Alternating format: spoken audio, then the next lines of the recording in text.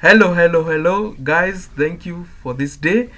Today we are going to talk about corruption in the Unscrambled Manifesto of Africa, UMA, the UMA notion of corruption. Thank you for listening to me. We know all about this dragon. When it rears its head, no one can say that they don't know that that is corruption. We want to tackle corruption because it is one of the aspects that has dragged Africa for a long time, that we cannot make strides along civilization to the point that we were a long time ago. We have found out that the corruption has come up with guerrilla tactics of warfare that are hard to defend against. For that, I propose in my book, in line with the Werner Heisenberg uncertainty principle, that we tackle corruption in a novel way. Let me read for you that anecdote. The Werner Heisenberg uncertainty principle states that it is inherently impossible to know both the exact energy of the electron and its location in space. That is, you cannot know precisely the location and the speed of an electron at the same time. What can be learned of this scientific principle in relation to corruption? In Kenya, we cannot know both the exact money and time, and we know money is equals to time, defrauded from public coffers, and at the same time pin the culprits who did it. If we increase our precision in determining how much was lost, we often cannot know who stole how much and when exactly did they do it. If we increase our precision in determining who is the thief in public offices, perhaps commonly assessed by the hoi polloi due to disparate lifestyle of politicians vis-a-vis their salary or income means, we find that we cannot know how much was lost and how they actually got the corruption proceed, from which scandal did they loot. Therefore, since our legal systems demand certain proof beyond any reasonable doubt, how can this war be won in the cost faced against such quantum vagary mutation?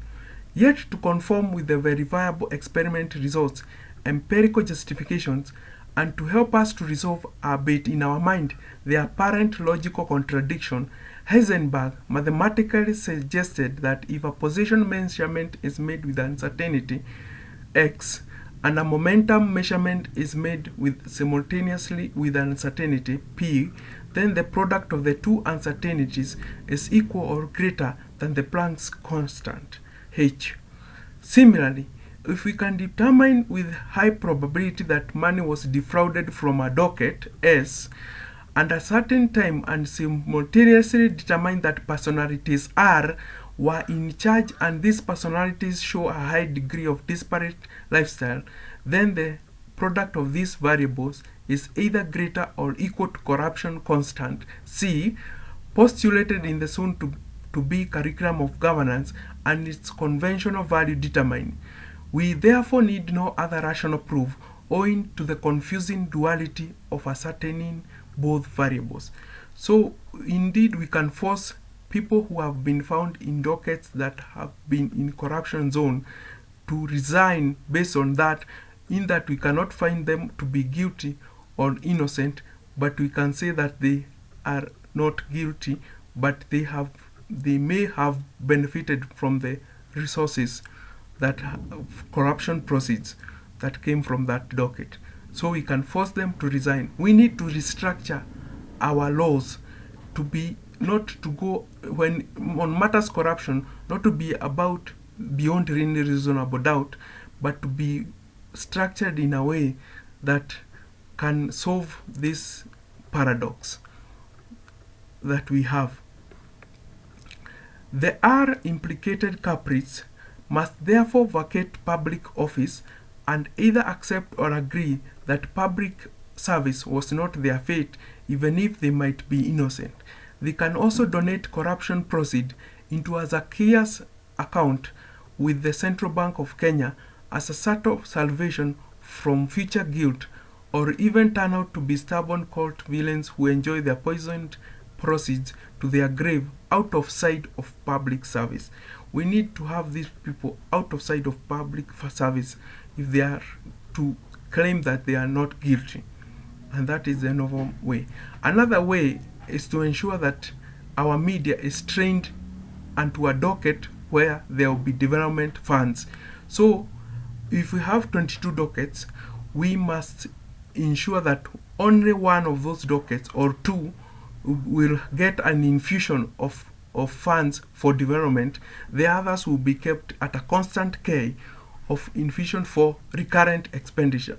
That way, everyone in Kenya or in Africa can know that such a docket is the one which will have funds for development and what developments will be done there. In the next term, they can rotate another docket and announce to all the media that this such and such a docket will have an infusion of fund for development, and the others will be maintained at a constant K for recurrent expenditure. That way we can train our eyes, which is only one.